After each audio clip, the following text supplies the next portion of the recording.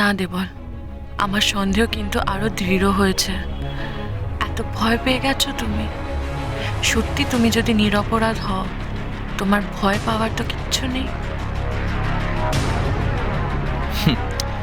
লাভ নেই বড় বৌদি, কোনো লাভ নেই। আমাকে তুমি ধরতে পারবে না।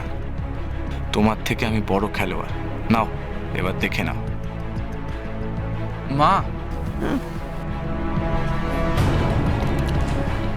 বড় বৌদি আমাকে যতই সন্দেহ করুক না কেন, আমি তো তোমারই ছেলে, তাই না? তাই মরতে মরতে হলেও আমি তোমার টাকা রক্ষা করার চেষ্টা করেছি। এ বাড়ির টাকা আমি তো আর এমনি এমনি চলে যেতে দিতে পারি না। সে তো আমার বাবা দাদাদের রক্ত জল করা রোজগার, তাই না?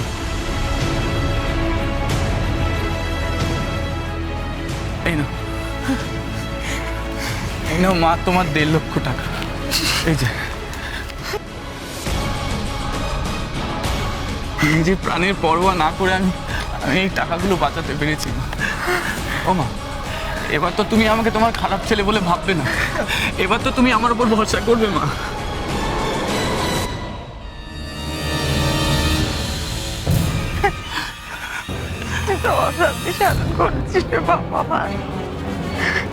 তোমার খেয়েছিস তুই, তার মধ্যে তুই মায়ের টাকা পাচ্ছিস।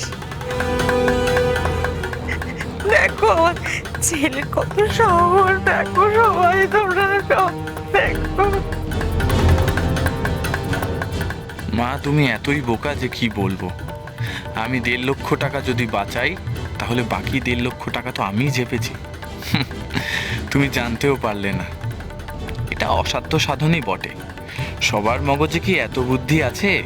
তাছাড়া আমার এত নাটক করার তো একটা পারিশ্রমিক আছে, তাই না? ঈশ্বরের অশেষ কৃপা যে তুই এই টাকাটা বাঁচাতে পেরেছিস। আরে বাপ, এমন বিপদ মাথায় নিয়ে তুই এই টাকা কোটা বাঁচালি কি করে? এই জন্যই তো ওরা আমাকে মারছিল মা। আর সেই ফাঁকে আমি 1.5 লাখ টাকা বাঁচালাম। বাদ বাকি টাকাও বাঁচাতে পারতাম, কিন্তু বাবা ভয় পেয়ে আমাকে আটকে দিল।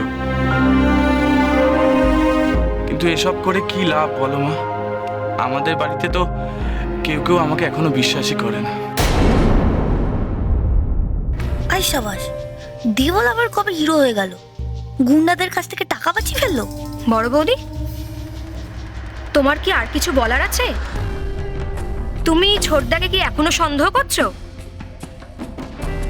আশা করি আর কোনো প্রশ্ন নেই তোমার। না, খুব বেশি প্রশ্ন নেই, শুধু 2টো প্রশ্ন বাদে।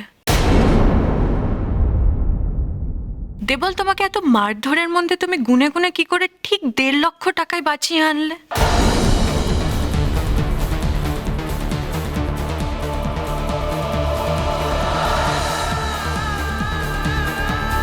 আর দ্বিতীয় প্রশ্ন হলো, তুমি যে মায়ের গয়না বেচার টাকা থেকে 1.5 লক্ষ টাকা বাঁচিয়েছ, সেটা আসা মাত্রই কেন আমাদের জানানো?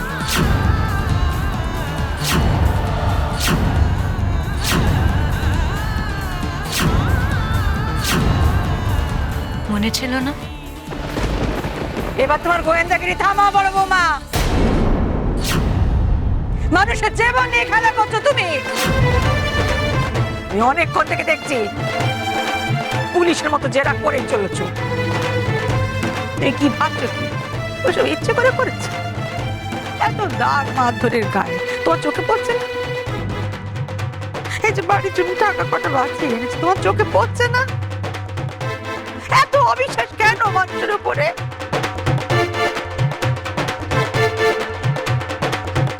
নিশিত, এসব কি হচ্ছে কে নিশিত?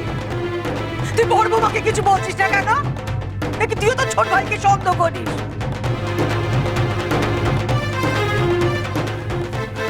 শশী, আমি বলি কি, তুমি এরকম ভেবো না। এটা বরং ভাবো না যে কত বড় ভাড়া কাটলো। বাবা দেবল বাড়িতে তো ভালো ভালো ফিরে এসেছে, তাই না? এটাই তো অনেক ভালো। তুমি আর কিছু জিজ্ঞেস করো না। যা ঘরে যা, ঘরে দিবির সামনে যা। চলো বস বস, চল। সাবধানে। সিঁড়ি দেখো।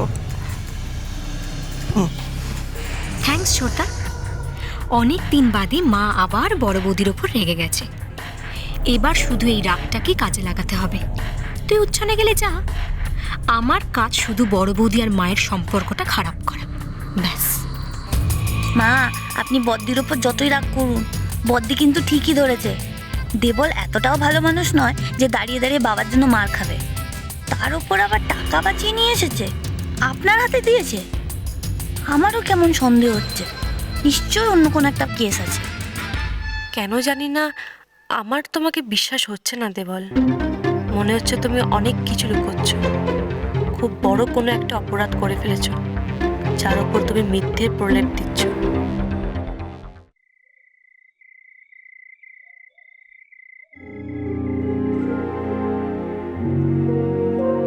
জানলি নিশিত, মায়ের কান্না যদি সত্যি হয়, ভগবানের কানে যায়, তোর দোকান খোলাবই।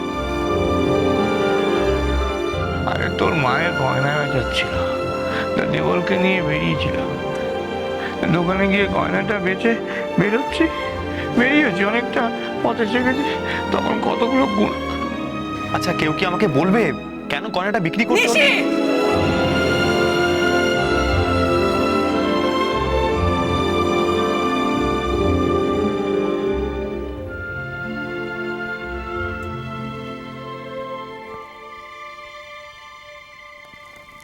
তুমি আমার উপর রেগে আছো, তাই না? নিশিত, বিশ্বাস করো, আমি মাকে রাগে দিতে চাইনি। হ্যাঁ, এটা ঠিক যে দেবলের কথা আমার বিশ্বাস হয়নি। যেভাবে মায়ের গয়না বেচার টাকা ছিনতাই হয়েছে, সেটা আমাকে ভাবাচ্ছে। তুমি তো জানো, কোনো কথা আমি এমনি এমনি বিশ্বাস করতে পারি না। আমার কোথাও একটা খটকা লাগছে। খটকা তো আমারও লাগছে উষসী, কিন্তু আমি অন্য কথা ভাবছি। মা হঠাৎ গয়নাগুলো কেন বেচতে গেল? আর দেবলের সঙ্গে কথা বলে মা এত বড় একটা সিদ্ধান্ত নিল। কই, আজ অব্দি তো তোমাকে বা আমাকে না জিজ্ঞেস করে মা কোনো সিদ্ধান্ত নেয়নি। হতে পারে মা আমাদের কাছ থেকে কিছু লুকোচ্ছেন, কিন্তু সেটা কি বুঝতে পারছি না। আমিও বুঝতে পারছি মা আমার কাছ থেকে কিছু লুকোচ্ছে, আর তাই আমার খারাপ লাগছে। আমি যা ভাবছি সেটাই কি সত্যি? মা সেই জন্য কি নিজের স্ত্রীধন বেচে দিল এভাবে? কি হলো নিশিত, কি ভাবছো?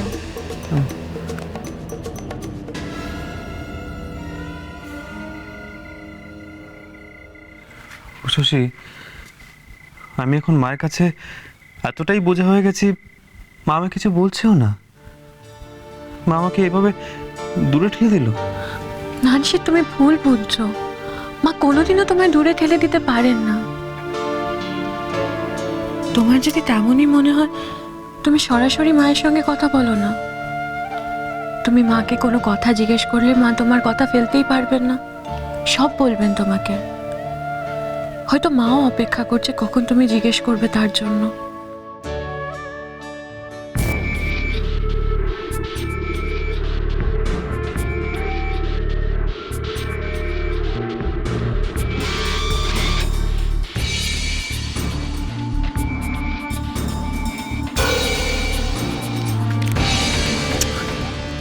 বাহ, সব কাজ ভালো মতো মিটে গেল। ওদের পাওনা দিয়ে বাদবাকি 3টে বান্ডিলও আমার হাতে। তাহলে মায়ের মোট 3 লক্ষ টাকার মধ্যে আমার নিট লাভ 1.5 লক্ষ টাকা। ইয়েস! এবার তো মাস্তি মাস্তি। আরে কথায় আছে না, বুদ্ধি যার বল তার। এভাবেই যদি সারা জীবন বুদ্ধি খাটিয়ে চলতে পারি না, ব্যাস, তাহলে আর কোনো চিন্তা থাকবে না। পরের ঘাড়ে বন্দুক রেখে শান্তিতে জীবন কাটাতে পারবো। টাকা দেবো, আবার টুক করে টাকা পাঠিয়ে দেবো। দেবল,